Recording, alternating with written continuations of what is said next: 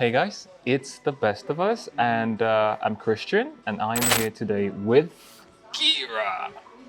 Okay, Hi. so on a side note, it is Kira's first time doing stuff like this, and we're in a mic, isn't it? Yes, that's my first time. Thank you Okay, so much. you're welcome, It's a Kira. pleasure. We made history here today. So, guys, let's do something entirely different today. Okay, shall I tell you a story? Let's begin with this guy. Now, his name's Salva. Salva is growing up on the shores of a small fishing village. He's a fisherman, and as you can tell, he hasn't got money. As most stories go, Salva meets a pretty young girl. Now, he falls deeply in love with her, and she falls deeply in love with him too, and they decide to get married. But just days before the ceremony, Salva receives devastating news. He'd just been drafted to go fight in the war.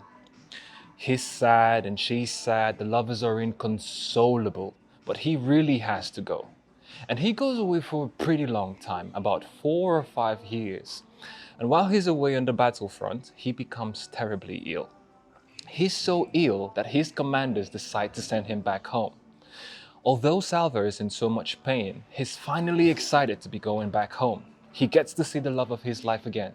And so he jumps on a ship and he sails back home. When he gets back home, his entire family is there to welcome him. But his lover? He doesn't see her. Now he decides to go to her place.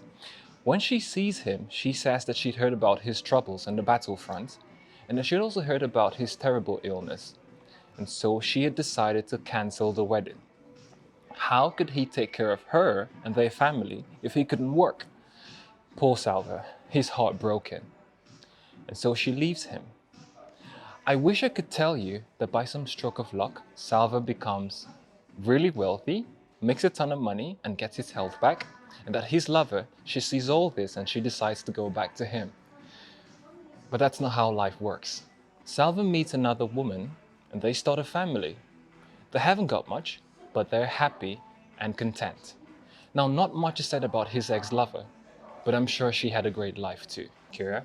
I mean, we've heard stories like this before. You know, you go online and you see this bro alpha narrative, and they're like, so they left you, or he left you, she left you, but don't worry, they lost the treasure, which is you. I mean, how do you react to stuff like this? Well, you know, God asks love not only to love your friends, but your Okay. enemies Oh as yeah, well. oh yeah. He doesn't ask us to love our exes, but still. Yeah, I mean, you know, this idea of loving someone who hurt you is pretty controversial. And for me, sometimes it sounds like a task you cannot do. Just, it's impossible. But, um, you know, sometimes you really feel that if someone hurt you, Yeah. you feel like it's fair if this person also feel pain. Oh, I see. Yeah, see. you know, but all of these emotions and feelings are destructive. Destructive. Yes, and we all understand this. And usually I don't judge people Okay. who wish someone to suffer as well, because as I said before, it just sounds fair. Yeah, something like this. Okay. So now, interesting you mentioned that. The other day I picked up a word.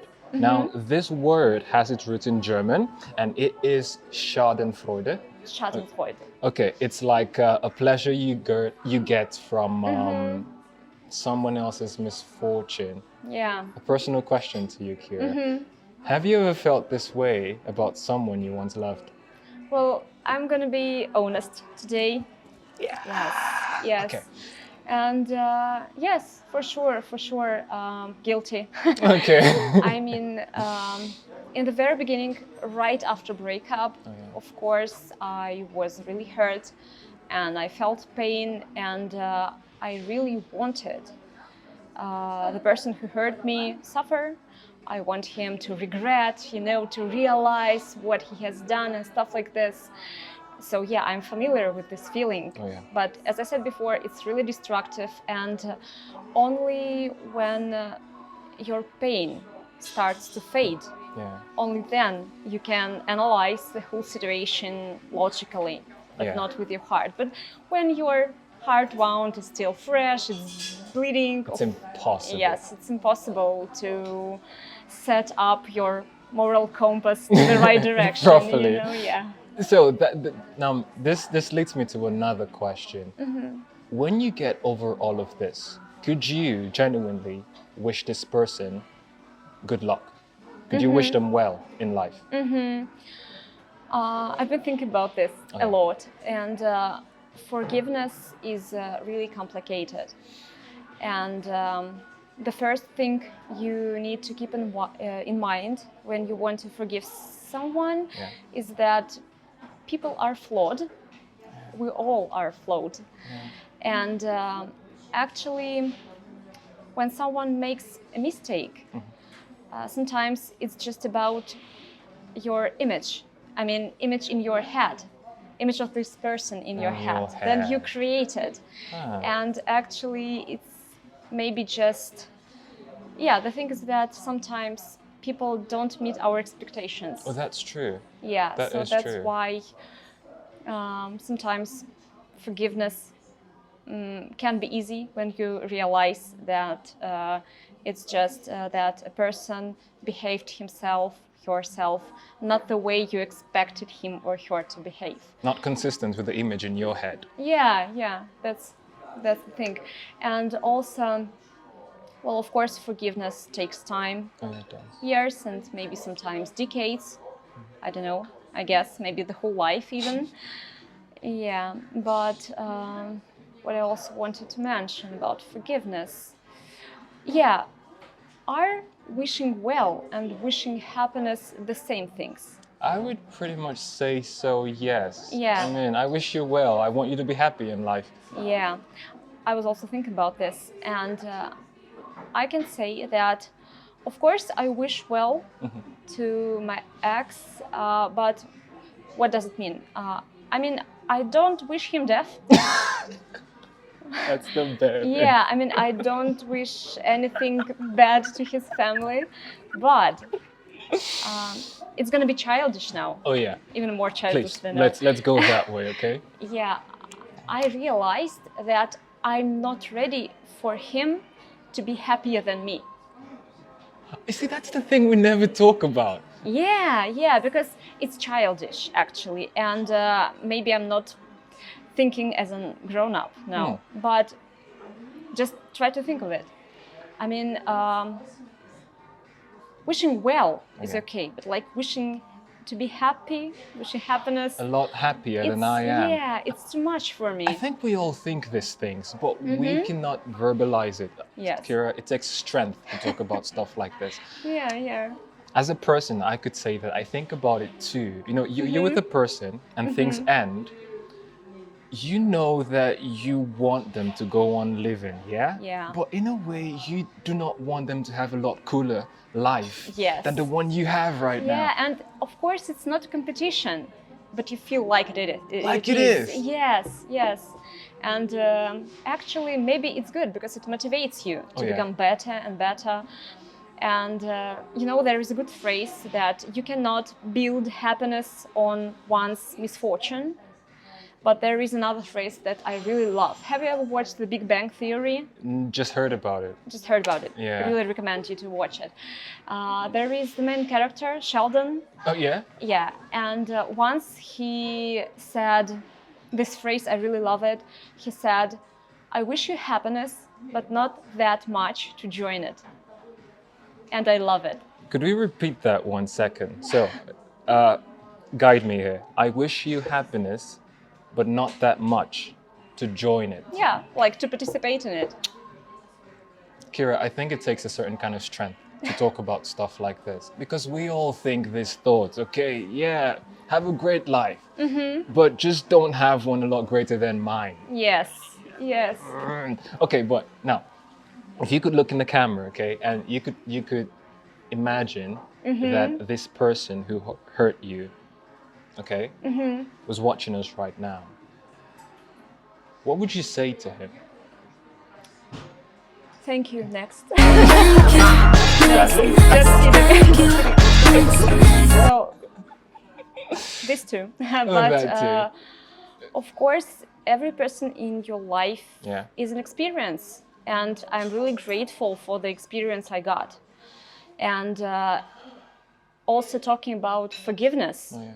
it's very important and it's essential to remember the good ones, the good memories.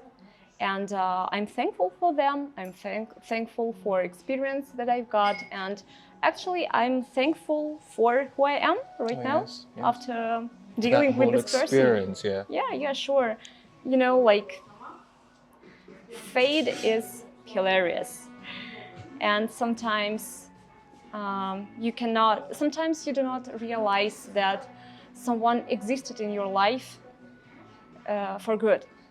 For good. Yeah, sometimes it sounds wrong, but it is. It is what it is. Maybe, I don't know. I guess that's the wisdom. And time will tell. Yes. In time, you'll get to realize that. You know, from the story we just heard, Salva had that first love experience, and then he went on to be with someone else. Okay, they had a family, by no means wealthy, happy, and just content. You know, there's this whole concept of twin flame, soulmate, and that there's only ever one person for us. Is that a thing? Do you think it's a thing that there's actually only one person for you? Previously, I believed in it. Oh, yeah. I believed that God gives us one person in life who's like, you're supposed to be together. And you blow that up, you don't get another chance. Yes, something like this. But now I think that everything is in your hands. And if we're gonna look at this, like if I lost someone, Yeah. so what now? Am I gonna be unhappy? For the rest The of other my part life. of my life, yeah, I don't like this idea. So that's why, and as we discussed before, it's not about being wealthy for everyone, what means to be happy. So yeah, time will show. Time will tell. Time will tell. Kira, I know this has been a very short one, but I think you've come from a place of strength, and I thank you for that. Okay? Thank you. Thank It's you a for pleasure. coming on board. And this is something new we're trying, okay? This is Yes. something very new. So that's it, really. That is it. And guys, as you know, you can find these episodes on YouTube, the extended version on Instagram, a clipped version, and on Telegram. Okay, there's a channel there. And if you would like to see more of these, you know, with the whole storytelling thing going forward, please leave an emoji and I'll know what you mean. So until I come to you with another episode, peace. Kira, would you like to make the hand sign with me too? Let's do the whole peace thing. Peace.